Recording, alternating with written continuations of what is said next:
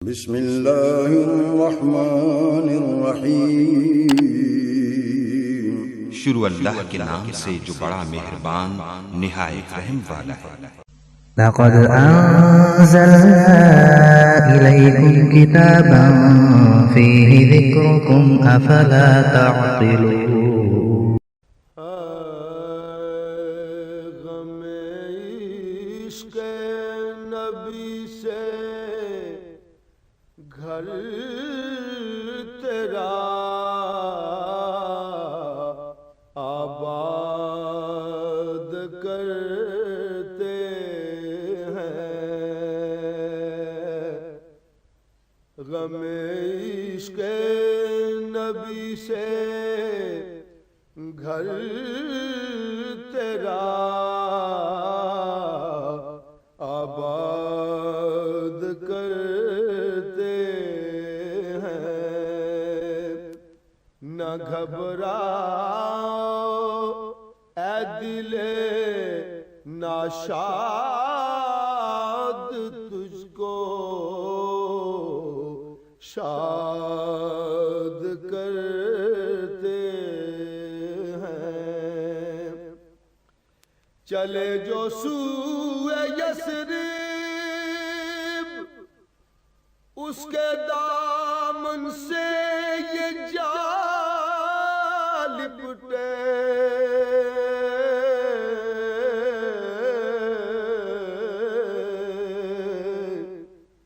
ہم اس حسرت میں اپنی خاک کو برباد کرتے ہیں۔ السلام علیکم ورحمۃ اللہ وبرکاتہ۔ نحمدہ ونصلی علی رسولہ الکریم، اما بعد فاعوذ باللہ من الشیطان الرجیم، بسم اللہ الرحمن الرحیم۔ دوستان محترم، پچھلے 3 جمعات المبارک سے ہم بات کر رہے ہیں کہ نبی پاک صلی اللہ علیہ وسلم کا ادب کیسے کرنا چاہیے۔ تو بات ہماری یہاں تک پہنچی تھی کہ اگر ہم اپنی آواز پیارے آقا صلی اللہ علیہ وسلم کی آواز سے اونچا رکھیں گے تو ہمارے سارے اعمال ضائع ہو۔ یہ بات بھی قابل غور ہے کہ بارگاہ مصطفیٰ صلی اللہ علیہ وسلم میں اتنی معمولی سی بے ادبی سے پوری زندگی کے اعمال کس طرح اجڑ گئے، اور آپ کی بارگاہ میں بے ادبی بھی اگر دیگر اعمال کی طرح کا صرف ایک عمل ہوتا، ایک عام عمل ہوتا، تو اس ایک عمل سے کروڑوں اعمال جو ہے وہ ضائع ہو گئے۔ اب سوچنا ہم نے یہ ہے کہ وہ کون سی شے ہے جس کی وجہ سے کروڑوں اعمال ایک طرف اور وہ شے ایک طرف۔ تو ہمیں یہ معلوم ہوا کہ اعمال کی پوری کائنات کو نیست و نابود جو کر دیتی ہے شے، وہ سن لیں، اور وہ ایک چیز اس کے مقابلے میں جو طاقتور چیز ہے وہ ہے ایمان۔ گویا واضح فرما دیا کہ جس نے بارگاہ مصطفیٰ صلی اللہ علیہ وسلم میں بے ادبی کی،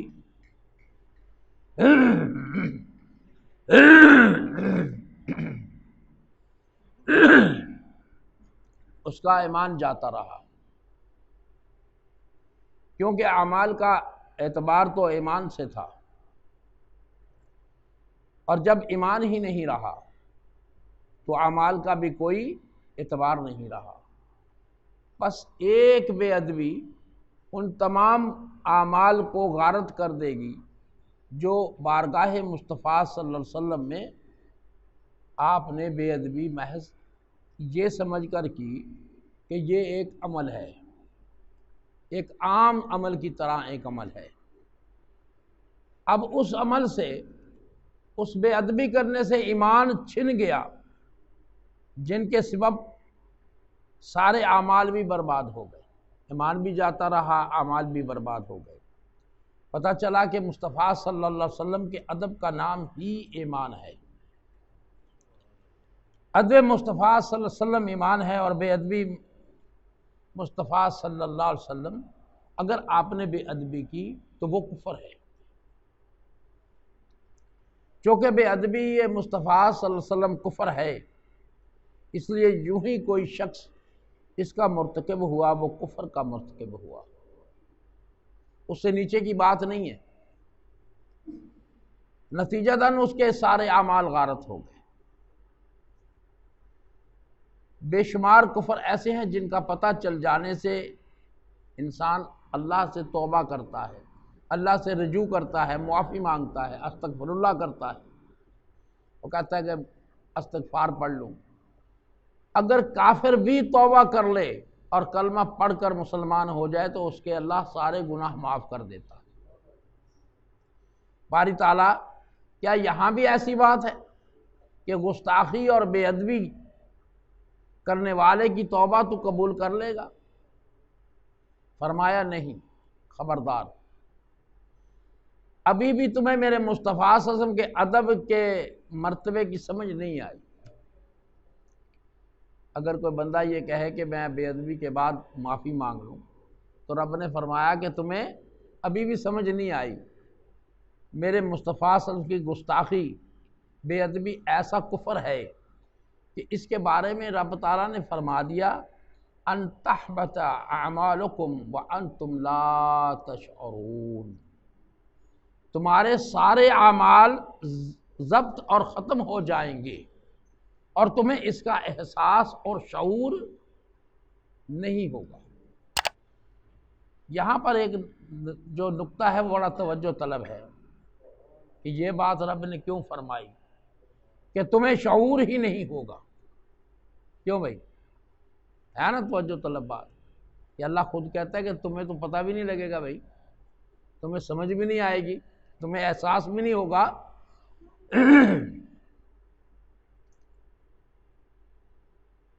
غور کرنے کی بات یہ ہے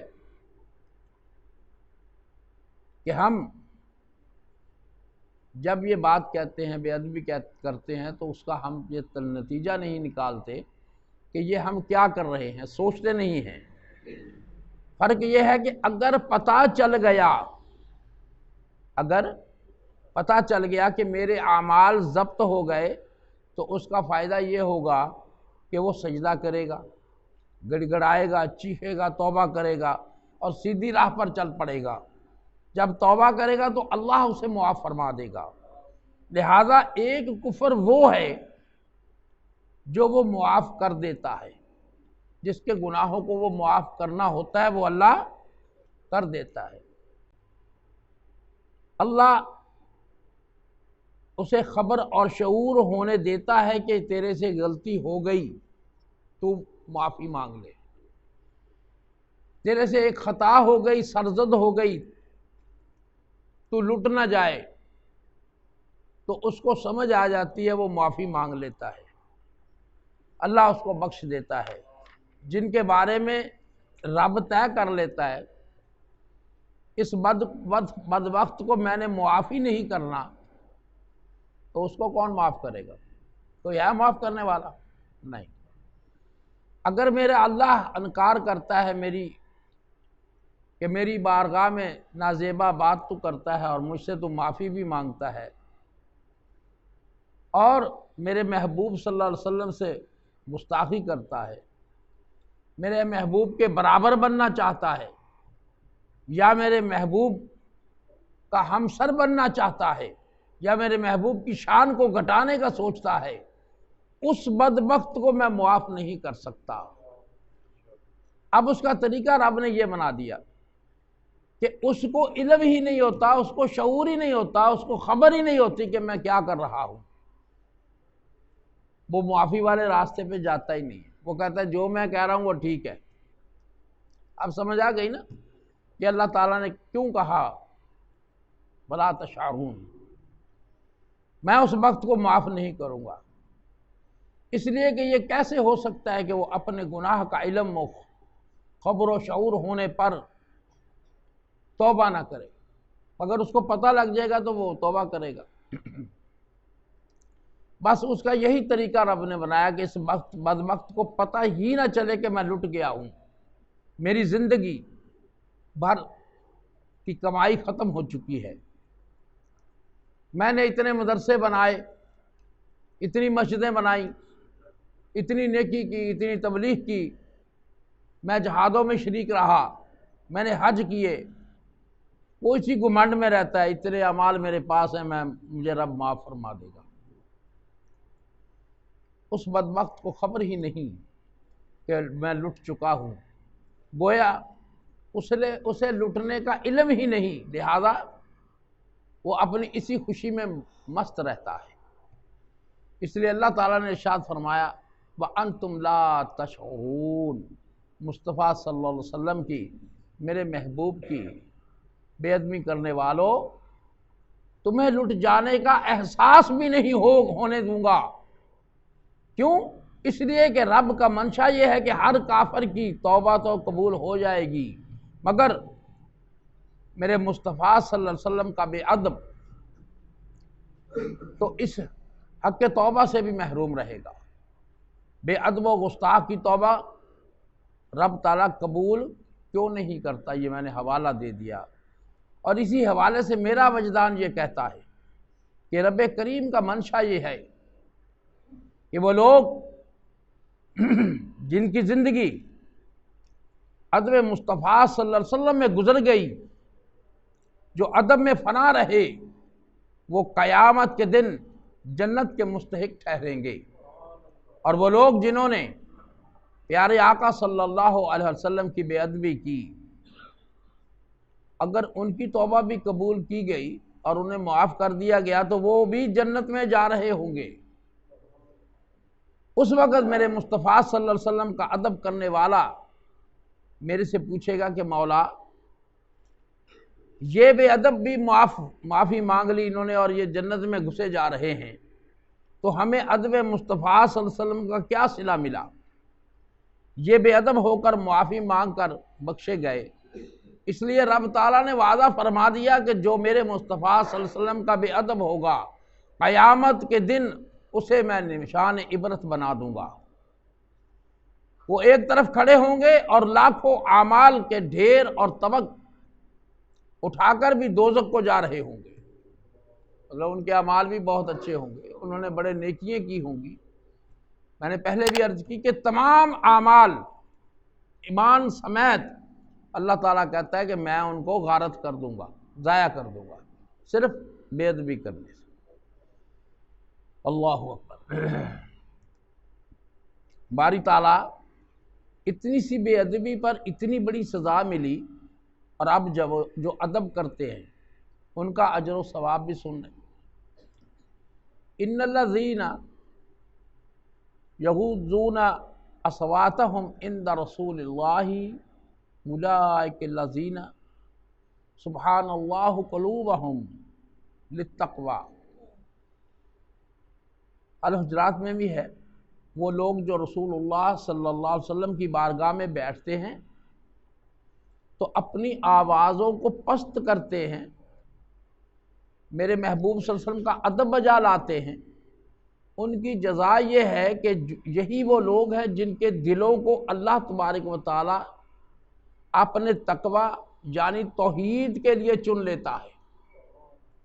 یہ اللہ فرما رہا ہے، وہ لوگ جو رسول پاک صلی اللہ علیہ وسلم کی بارگاہ میں بیٹھتے ہیں، اپنی آوازوں کو پست کر لیتے ہیں، رب تعالیٰ نے ان کو چن لیا۔ گویا توحید کا نور صرف انہی دلوں میں اتارا جاتا ہے جن میں ادب مصطفیٰ صلی اللہ علیہ وسلم ہوتا ہے، یعنی ادب مصطفیٰ صلی اللہ علیہ وسلم کا صلہ نور توحید سے ملتا ہے۔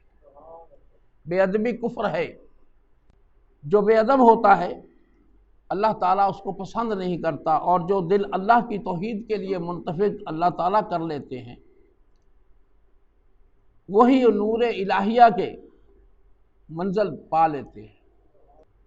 لہذا کوئی توحید کے بارے میں اگر پوچھتا ہے تو جواب یہ ہے کہ توحید ادب مصطفیٰ صلی اللہ علیہ وسلم کو توحید کہتے ہیں، ادب مصطفیٰ صلی اللہ علیہ وسلم کو توحید کہتے ہیں۔ جس نے حضرت محمد صلی اللہ علیہ وسلم کا ادب کیا اس نے توحید کو پا لیا، وہ توحید پہ گامزن ہے۔ جو صرف یہی کہتے رہتے ہیں کہ اللہ اللہ اللہ، تو رب کہتا ہے کہ مجھے آپ کا یہ عمل منظور نہیں، کیونکہ تو نے میرے محبوب کا نام ہی نہیں لیا، تو نے میرے محبوب کا صدقہ نہیں مانگا، میں تجھے پسند ہی نہیں کرتا ہوں۔ رب تعالیٰ اس کی عبادت کو بھی پسند نہیں کرتے، چاہے وہ جتنا مرضی اللہ اللہ پکارتا رہے۔ عیسائی اور یہودی اللہ کو مانتے ہیں، لیکن ان کو ہم کافر کیوں کہتے ہیں؟ صرف اسی وجہ سے کہ انہوں نے پیارے آقا صلی اللہ علیہ وسلم پر ایمان نہیں لایا۔ اگر وہ ان کو مان لیتے تو ہم ان کو کافر نہیں کہہ سکتے۔ تو ایمان کا نام کیا ہے؟ جس نے میرے آقا صلی اللہ علیہ وسلم کو پہچان لیا، مان لیا۔ اچھا، اب اس میں بھی ایک تھوڑا سا ڈیفرنس ہے، تھوڑا سا فرق ہے۔ خالی یہ بات نہیں ہے کہ مان لیا تو ہم جنت میں چلے جائیں گے، نہیں، مان تو لیا، لیکن جو میرے آقا صلی اللہ علیہ وسلم نے ارشاد فرمایا اس کے اوپر عمل کرنے والا وہ مومن ہے، وہ ایمان والا ہے۔ اب بہت سے لوگ ایسے بھی ہیں، وہ اس پہ ایمان رکھتے ہیں، یقین کر لیتے ہیں کہ جی جس نے ایک دفعہ درود پاک پڑھا اس کو اس کے ساری عمر کے گناہ معاف ہو گئے۔ وہ کہتا ہے کہ یار ہمیں تو نماز پڑھنے کی ضرورت ہی نہیں ہے، ہمارے محلے میں ایسے 2-3 بچے موجود ہیں، وہ نوجوان نسل کو تباہ کر رہے ہیں۔ وعلیکم السلام۔ جو شخص یہ ذہنیت رکھتا ہے وہ نوجوان نسل کو گمراہ کر رہا ہے، اور وہ یہ بات کہہ کر اپنے اوپر کفر لازم کر رہا ہے۔ کیوں؟ کہ جب اس نے توحید کو ماننا نہیں ہے، وہ صرف یہی کہہ رہا ہے کہ بھی ہم صرف اللہ اللہ کر رہے ہیں، نماز نہیں پڑھنی۔ اگر نماز نہیں پڑھیں گے تو کس کو نہیں مان رہے آپ؟ پیارے آقا صلی اللہ علیہ وسلم کو نہیں مان رہے۔ یار بولو بھی صحیح نا، ٹھیک کہا ہے کہ غلط ہے؟ اور غلط تو نہیں کہہ رہا۔ اگر ہم نماز نہیں پڑھتے، قرآن نہیں پڑھتے، ہم وہ اعمال نہیں کرتے جو میرے آقا صلی اللہ علیہ وسلم نے ہم کو کہا ہے اور رب نے فرض کیا ہے، تو ہم کیسے مومن بن سکتے ہیں؟ کیسے ایمان والے بن سکتے ہیں؟ ایمان نام ہی اسی چیز کا ہے جس نے پیارے آقا صلی اللہ علیہ وسلم کو مانا۔ تو مانا میں نے آپ کو بتا دیا کہ جی مانا کیسے جاتا ہے۔ مانا ایسے ہی جاتا ہے کہ اس کی ہر بات کو بغیر کسی سوچے سمجھے قبول کرے۔ سوچو نہیں کہ آپ صلی اللہ علیہ وسلم نے کیا فرمایا، کیوں فرمایا۔ جو میرے پیارے صحابہ ہوئے ہیں میرے آقا صلی اللہ علیہ وسلم کے، وہ کیوں کامیاب ہوئے اور آج تک اور قیامت تک ان کا نام زندہ رہے گا؟ کیونکہ آپ نے فرما دیا کہ جہاد کرنا ہے، انہوں نے سوچا نہیں ہے، پوچھا نہیں ہے، سوال نہیں کیا، جہاد پر چلے گئے۔ آپ نے کہا گھر سے لے کر آ جاؤ یہ سامان، انہوں نے یہ نہیں پوچھا کہ کتنا لانا ہے، کیا کرنا ہے، کیا نہیں کرنا، حکم کی تعمیل کی۔ اور ہم لوگ کیا کرتے ہیں؟ ہم نے زکوٰۃ دینی ہو نا، ہم 10 دفعہ سوچتے ہیں کہ یار یہ کوئی طریقہ ایسا ہو جائے کہ تھوڑی دینی پڑے، یا ہم نے دیگ پکانی ہے تو ہم کہیں گے یار ایسا ہو کہ ایسے چاول مل جائیں جو سستے ہوں۔ تو میرے دوستو، اگر آپ نے اللہ کی راہ میں کوئی چیز دینی ہے تو اس کو اچھی چیز بنا کر دو، یہ نہیں کہ گھٹیا سی چیز جو آپ دے دو جو آپ بھی نہ کھاتے ہو، اس کو ماننا نہیں کہتے۔ تو وقت ختم ہوا چاہتا ہے۔ تو میرے دوستو، اللہ تبارک تعالی ہمیں پیارے آقا صلی اللہ علیہ وسلم کا ادب کرنے کی توفیق عطا فرمائے۔ وما علینا الا البلاغ۔